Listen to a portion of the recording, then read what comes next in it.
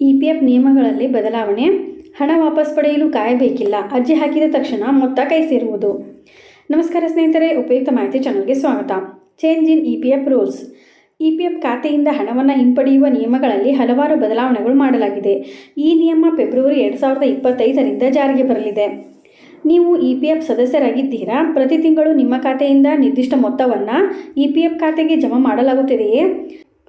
ಉದ್ಯೋಗಿಗಳ ಭವಿಷ್ಯ ನಿಧಿ ಸಂಸ್ಥೆ ಇಪಿಎಫ್ಒ ಮುಂಬರುವ ದಿನಗಳಲ್ಲಿ ಇಪಿಎಫ್ ಖಾತೆಯ ಕಾರ್ಯಚಟುವಟಿಕೆಗಳಲ್ಲಿ ಹಲವಾರು ಬದಲಾವಣೆಗಳನ್ನು ಮಾಡಲಿದೆ.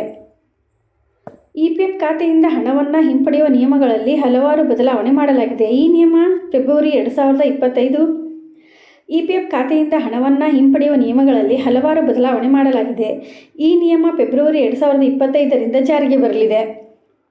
ಹೊಸ ನಿಯಮಾವಳಿಗಳು ಪಿಎಫ್ ಹಣವನ್ನು ಹಿಂತೆಗೆದುಕೊಳ್ಳುವ ಪ್ರಕ್ರಿಯೆಯನ್ನು ಸುಗಮಗೊಳಿಸುವ ಗುರಿಯನ್ನು ಹೊಂದಿವೆ. ಇದು ಖಾತೆದಾರರಿಗೆ ಕಾರ್ಯಗಳನ್ನು ಸರಳಗೊಳಿಸುತ್ತದೆ. ಇಪಿಎಫ್ ಸದಸ್ಯರು ತಮ್ಮ ಇಪಿಎಫ್ ಖಾತೆಗಳ ಕೆಲವು ವಿವರಗಳನ್ನು ಹಸ್ತಚಾಲಿತವಾಗಿ ನವೀಕರಿಸಬಹುದು ಎಂದು ಇಪಿಎಫ್ಒ ಘೋಷಿಸಿದೆ.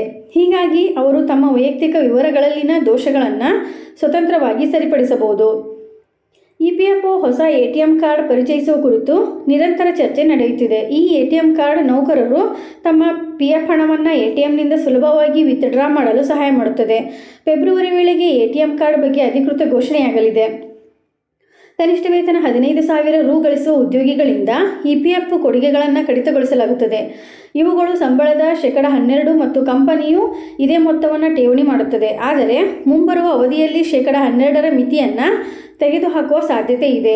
ನೌಕರರು ತಮ್ಮ ಅಗತ್ಯ ಮೊತ್ತವನ್ನು ಠೇವಣಿ ಇಡಬಹುದು ಎನ್ನಲಾಗಿದೆ. ಇಪಿಎಫ್ ಸದಸ್ಯರು ತಮ್ಮ ಖಾತೆಯನ್ನು ಬದಲಾಯಿಸಲು ಮತ್ತು ವೈಯಕ್ತಿಕ ಮಾಹಿತಿಯನ್ನು ನವೀಕರಿಸುವುದು ತುಂಬ ಸುಲಭವಾಗಿದೆ.